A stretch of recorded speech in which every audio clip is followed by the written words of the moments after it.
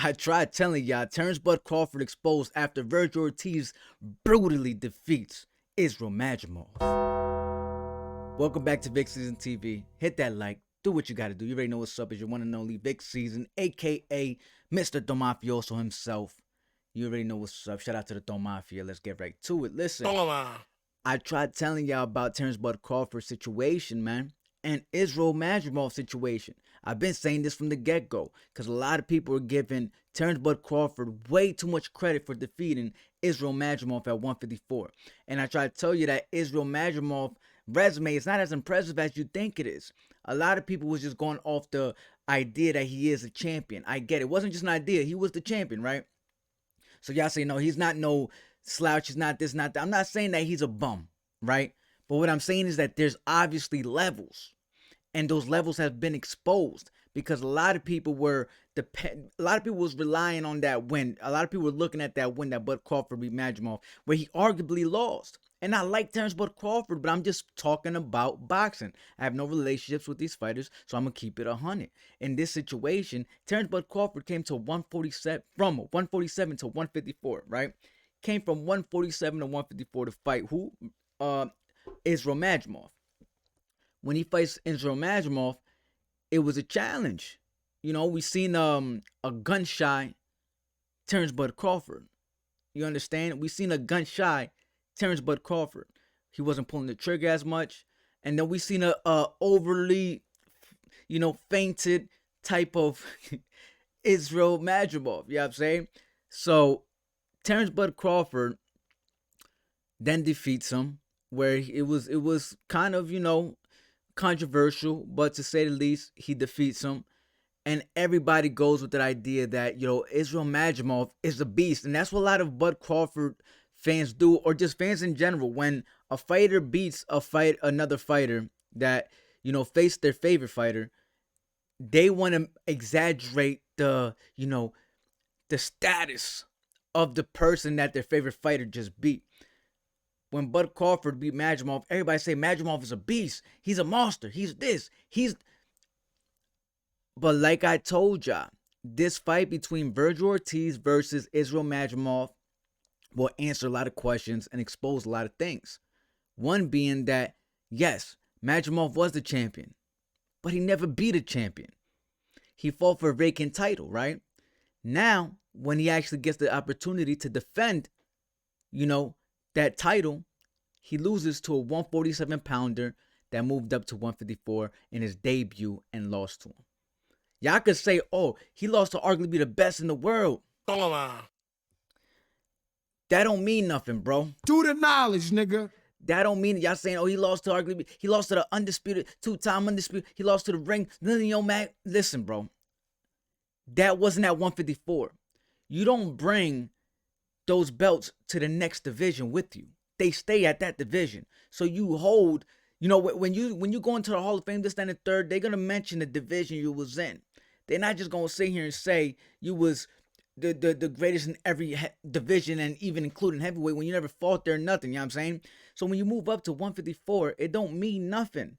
That status you had, it's great for you when it comes to boxing politics, because now you can open a lot more opportunities, secure more fights, big fights. You have more leverage. You have more momentum. That's what it's good for. But when we're talking about legacy, it has nothing to do with what he done at 147. What he done at 147 has nothing to do with 154. Do you understand that? And any other division has nothing to do with 154.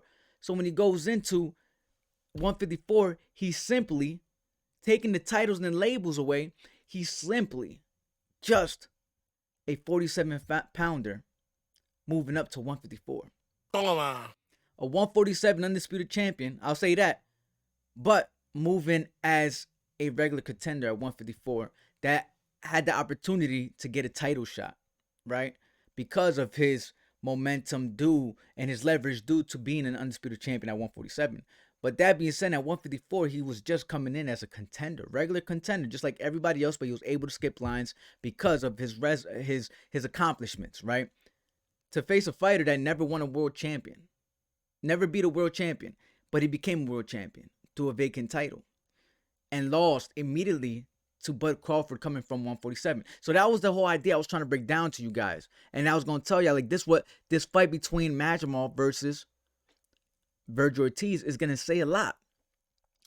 And then we seen the clinic that Vergil Ortiz put on him.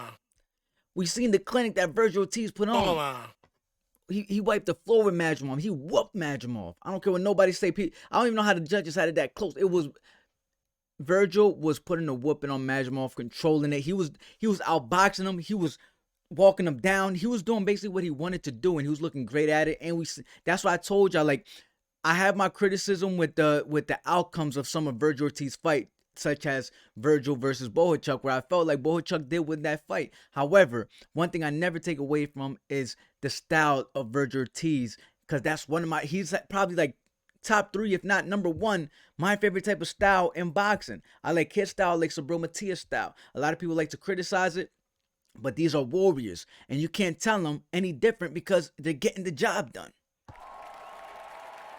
Toma, huepa, chacho, pa que sepa, puñeta. You can't tell them any different because they're getting the job done. Toma. So, that being said, I do believe that Bud Crawford has been overhyped in that 154 division, where, yes, he might have beat Madrimov, but what everybody was overlooking is that Madrimov was only a champion who never beat a champion who lost to a 147 pounder, and that was proved with the Vergil Ortiz beating that he took. That's how it got proved. He got whooped by Vergil Ortiz, and it proved that. After that, guess what we heard? A lot of excuses coming from Madrimov. Those excuses would have never been said had he won that fight. Everybody comes in somewhat injured, whatever the case is, but it's what you do with it. Why didn't you cancel the fight then? Because first you were sick going against Bohachuk, and that's you dropped out, and now you're injured going into. Come on, we ain't trying to hear that. You know, you got beat down by Vergil Ortiz, and like I said, Vergil Ortiz, one of my favorite styles. He gets some criticism for some of the things how some of the ways he fights, just like Sabril does, just like some of these other fighters does that actually take risk to close the show. But their record, you can't tell me any different. Excuse me, damn. You can't tell me any different because their record says otherwise, right? Now, what does this say about Terence Bud Crawford versus Canelo Alvarez?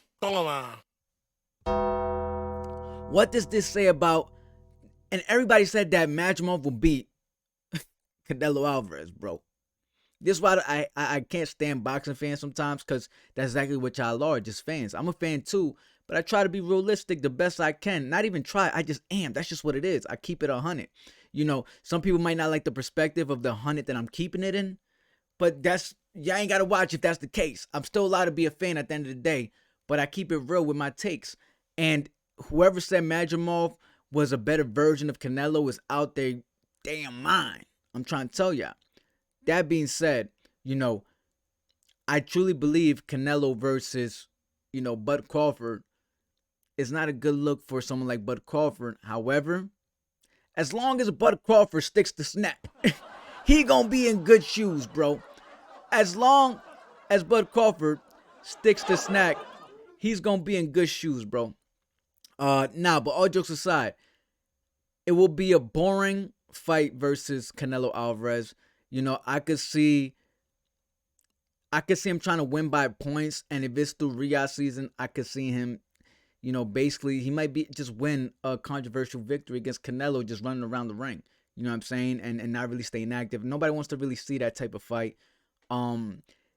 Boxing, you know, there's a reason why there's pro boxing and there's amateur boxing, and I feel like a lot of fighters are bringing the amateur style of boxing to pro boxing and using that as a form to win their fights and an excuse to not, you know, for not exchanging and not showing the levels and differences with pro and amateur. You know what I'm saying? I understand if you want to win by points, but there should definitely be a rule that says, you know, you can't run away. You got to exchange, at least if you're not exchanging or staying busy. Like, I don't care what the percentage is. Forget about the percentage. Sometimes the percentage that's like a way to cheat. You know what I'm saying?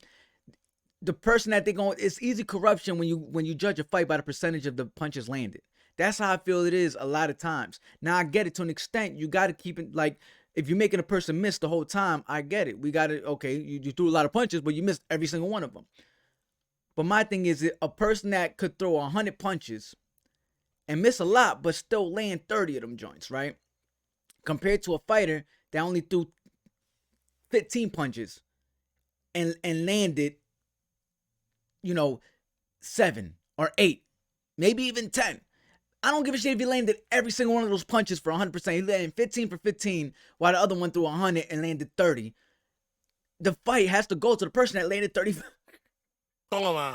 Forget the percentages. The person that was more active and was landing more in overall. Forget the percentages. But this is where it leaves space for corruption as well. Also, this is where a lot of fighters that come from amateur that don't understand the difference from amateur to pro want to still utilize that style to kind of, squeeze their way into a victory. And I feel like more and more that's getting exposed, and hopefully we could bring an end to that. But someone like Bud Crawford did have that type of pro style where he finishes guys and takes risk and closes the show. But you could see as he steps higher in weight that we don't get, like, outside of 147, phenomenal against Bud Crawford. But going to 154, you've seen that there was a major difference at 154 against a fighter that Virgil Ortiz, before I go, you got to think about this, right? Bud Crawford beat Madrimov. Congratulations, right? But so did Virgil Ortiz, right? Bohachuk had a controversial loss against Virgil Ortiz where many believe Bohachuk won. Do you see the cycle that's going? So from the looks, I know I don't like this whole triangle method of trying to predict fights, but I'm just trying to put you onto the competitiveness of these fights, right? Bohachuk arguably beat Virgil Ortiz. If at least it should have been a draw. Virgil Ortiz crushes Madrimov. Madrimov controversially, arguably won against Bud Crawford. Do y'all see where I'm getting with this? A lot of things has been exposed just from that fight alone, and I'm glad that it happened because a lot of eyes are being opened now, but not taken away from Bud Crawford's greatness. What I will say is that these opportunities that he's getting right now is only due to his accomplishments from 147 pounds and lower. The accomplishments he made there, the leverage and momentum he was able to pull from those accomplishments. But he's not the same Bud there, you know what I'm saying? He still can make some stuff happen, but understand that that's not the same Crawford from 147 and lower. That's all I gotta say. You already know what's up. Make sure to hit that like button. I'll be here when you get back because you already know that. VIC SZN got that flavor. And we out. Toma! Shout out to my Don Mafia. You already know what's up. Peace.